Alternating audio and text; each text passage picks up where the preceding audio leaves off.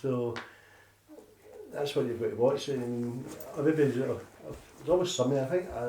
I think stress is a big thing nowadays. I mean, it's, and people suffering from depression. Yeah. I don't think I had so much back in the day. And people feel more okay to talk about it these days. Yeah. Yeah. And then and I guess, in terms of, other things, certain things that you feel are more okay and less okay to talk about with friends and stuff, or? I think nowadays everything's open to discussion. I don't think there's any illnesses that you can't discuss. And that's all right. How you doing, alright? What are you looking for? Are you what, son? No. I'm just doing that interview, alright? Okay. Right. Where you going? You got the shops or something? No, I was just at the bank there. Do you get some money for your dad? Yeah. Your daughter. Because I'm keen to understand if how things are changing, and do you feel things are? Is he more thing? Sorry, are things easier to talk about these days? There's less off-topic conversations, or is there still kind of? I think it's a way of life now. You're actually just talking about different illnesses now. Obviously, when you work with people as well, I'm working with 400 people, so you're going to hear different stories where people suffering. Oh, my mother's got cancer, my father's got cancer, my mother's had a stroke, or whatever. I suffer Alzheimer's disease and everything else, and Parkinson's disease. So it's just a common conversation nowadays, I think. Yeah. And you probably see a lot in the news and all that as well. Yeah. So it's no, whereas I would say probably years ago you probably didn't hear a lot of people dying for these different illnesses now. Yeah. And it just feels more of a common topic. It's just and is this in the past few years, I guess, or in the past? I would say probably maybe the past 10 years. I would probably say that. Yeah. It's getting more people are more communication with it, speaking about it. Yeah. And then would you ever talk to would your friends ever come to you and say like, oh, something's weird, like I might go to the GP or something, or would that not be a thing? Well, I think that comes up in people's conversations as well, that they're not feeling too well, they maybe feeling a wee bit breathless or something. Yeah. And I'm going to go to the doctor, so Yeah. that's just a common subject for people as well. Yeah. I think probably what people probably don't talk about is why people, what's causing that type of thing, what's causing people's illness. Yeah. Because obviously it's down to the way people eat. Yeah. What they drink. Yeah. And smoke. They don't do enough exercises. Yeah. So. And does food get talked about a lot, or in terms of like, I should eat that or I shouldn't eat that, or is food something that you're conscious of as well? Or? Yeah. Yeah. Yeah. Basically, my wife, she makes quite a lot of. We always get a lot of veg from my dinner type of thing. And she's always got a good bit of fruit in as well.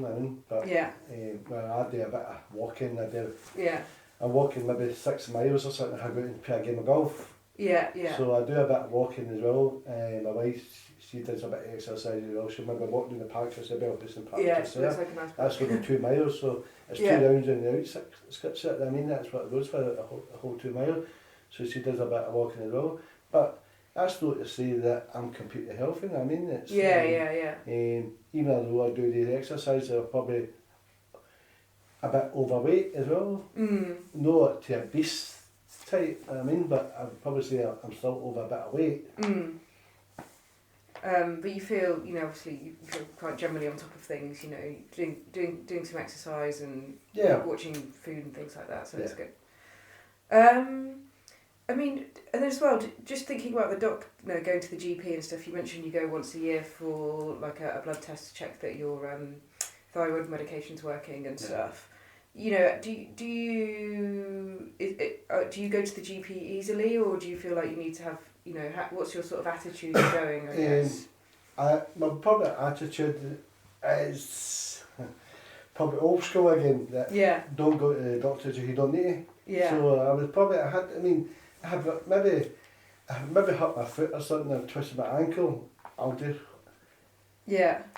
deal with it myself type of thing. Yeah, I've got yeah. a cold or something, I'll deal with it myself. Mm. It's only maybe something, maybe I had the flu and it was still in my chest for a couple of weeks. I would probably go to the doctor's then to get an antibiotic. Yeah. I would tend not to go to the doctor's type of thing. I would tend not to go there and stay back for the doctor because I think Yeah. doctors are under pressure as it is, and I think you should be dealing with patients that really have illnesses. I mean, a flu and a cold is not an illness. Yeah. I mean, it's just something you can deal with yourself. Go to the chemist to get something and deal with. Yeah. I have that twisted ankle that I can deal with. I mean, Yeah. wrap it up in my bandages or something else and continue working. Mm. It's even when many years ago I broke my ankle Mm. and I still went to my work every day. Well, even without seeing the doctor. Yeah. Yeah. Well, no, I had to go and see the doctor to get a plaster put on. But it didn't stop you. Yeah. Didn't Yeah. stop, I still continued to go to my work. I went to my work every day. I didn't miss a day off my work, you know what I mean? Yeah. And then do you feel like, you know, there are things, you know, are you more likely to go to the GP these days, or is it still just kind of like the same kind of thing? You mentioned old school.